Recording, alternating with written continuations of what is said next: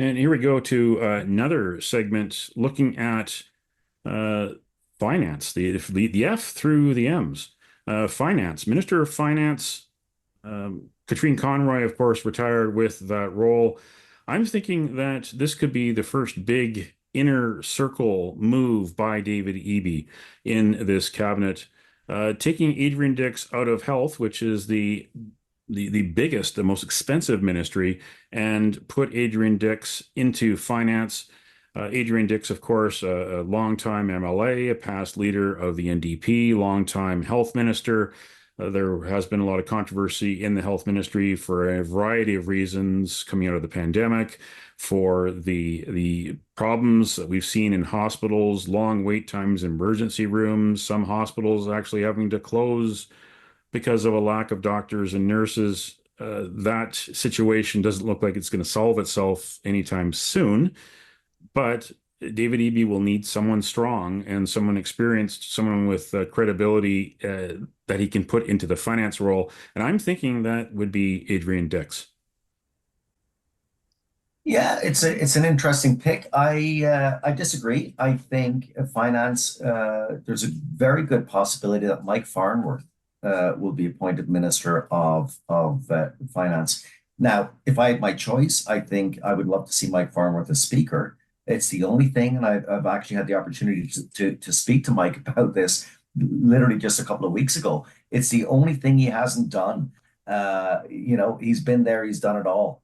And I think, he understands parliamentary procedure. I'd love to see him in the speaker role, but I think it can be agreed that I don't think the premier has much of an appetite to put somebody like Mike Farnworth in the speaker role because of his experience. He's very valuable at the cabinet table. He's very valuable on the front bench.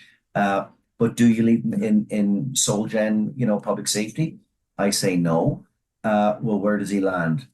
To me, the most reasonable sort of option would be finance. I think Mike Farnworth will be Minister of Finance. And forests was a portfolio that Bruce Ralston in Surrey held for many years. And there was Gary Begg in Surrey Guildford, who won by razor sharp margin, 22 votes on the judicial recount. Um, they called him the comeback kid. It looked like he would not be returning to Victoria, but that 22 votes in the judicial recount meant that the NDP solidified its 47 seats. It means they got that one seat margin of the majority. And Gary Begg has been the whip for many years since the early days of the Horgan administration, and he's making a good case to be a cabinet minister. And I'm thinking that that could be forests. There needs to be a strong cabinet minister in the forest ministry because of the challenges that industry faces in British Columbia, environmentally, business-wise, and of course with negotiations with the Americans over softwood lumber, which never seemed to come to fruition, come to satisfaction for British Columbia. I'm thinking that David Eby is going to slot Gary Begg in as the Minister of Forests.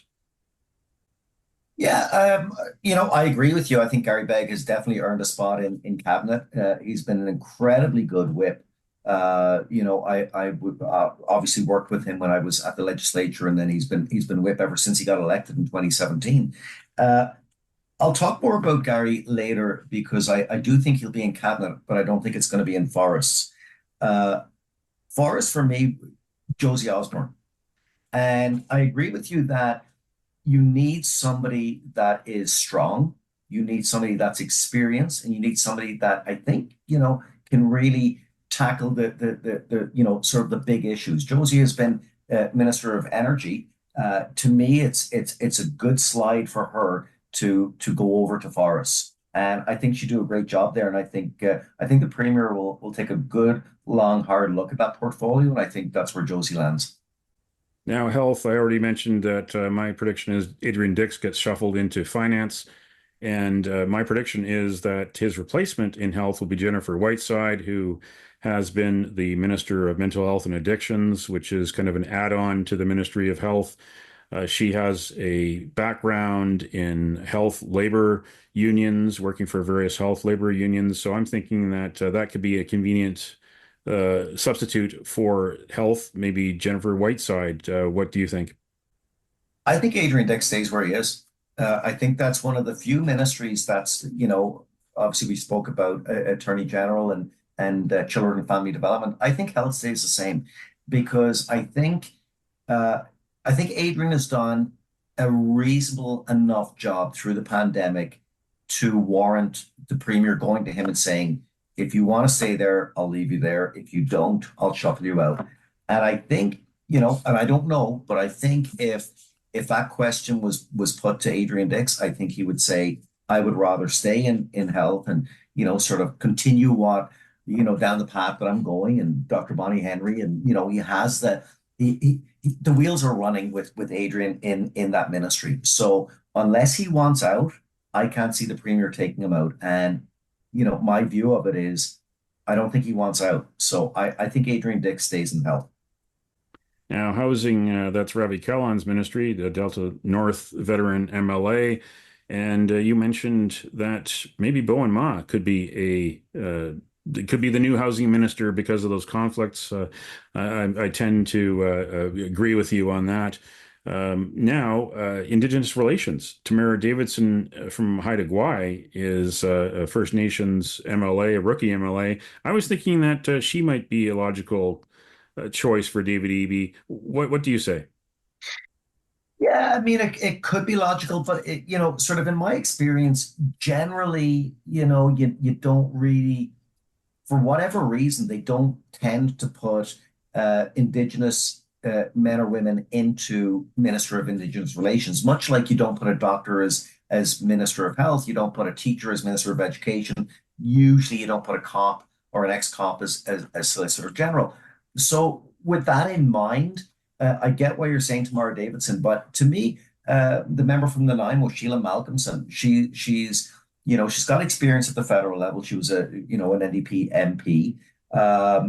She's got a couple of terms under her belt now. She's taken on a couple of portfolios, most recently mental health and addictions. So to me, that would probably be a good fit. She's got good connections in the community, Vancouver Island, as well as the mainland as minister. I think Sheila Malcolmson could very well be the Minister of Indigenous Relations. Okay, now jobs, economic development, that's Brenda Bailey's portfolio. She moved from Falls Creek to Vancouver South Granville and got reelected. I'm thinking that she'll stay in that portfolio. What do you think, Alan? Well, I'm thinking Harwinder Sandhu for that portfolio for sort of the same reasons that you were suggesting her for agriculture. I think jobs, economic development is a really good ministry for somebody who's very strong, but it's also sort of their first time in cabinet and sort of first time in office. I think Harwinder would bring a lot to the table, given her location and also her previous experience. So I'm thinking Harwinder will land in jobs, economic development. Now, Labour is also vacant after the retirement of Harry Baines, and I'm thinking that George Anderson, the Nanaimo Lanceville rookie MLA, who's not a rookie in politics, has a background in Nanaimo City Council and is a lawyer. And I'm thinking also that Nanaimo Lanceville would be strategic. Nanaimo is one of the hubs, a hub city, but also a hub of the labor movement historically in British Columbia for many, many decades. And I'm thinking that maybe George Anderson would be put into the labor portfolio. Yeah, I mean, I could definitely see it. My prediction would probably be Brenda Bailey, and for the very similar reasons you're thinking, sort of Brenda would be perhaps better suited to jobs, economic development.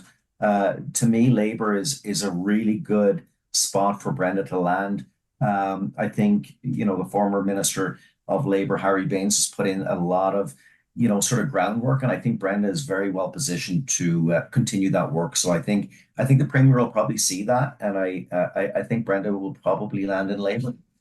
Now, mental health and addictions, if my prediction comes true that Jennifer Whiteside moves to health, that would then open up a a vacancy right there. And I'm thinking that if that were to happen, Jody Wickens from Coquitlam Burke Mountain, who made a comeback to the NDP, she made a case for herself to be put into cabinet. She comes from a background of NGOs involved in autism. And I'm thinking that Jody Wickens could be the next mental health and addictions minister. What do you think? I'm actually leaning towards Randine Neal. Um, Randine is very seasoned when it comes to sort of serious community issues.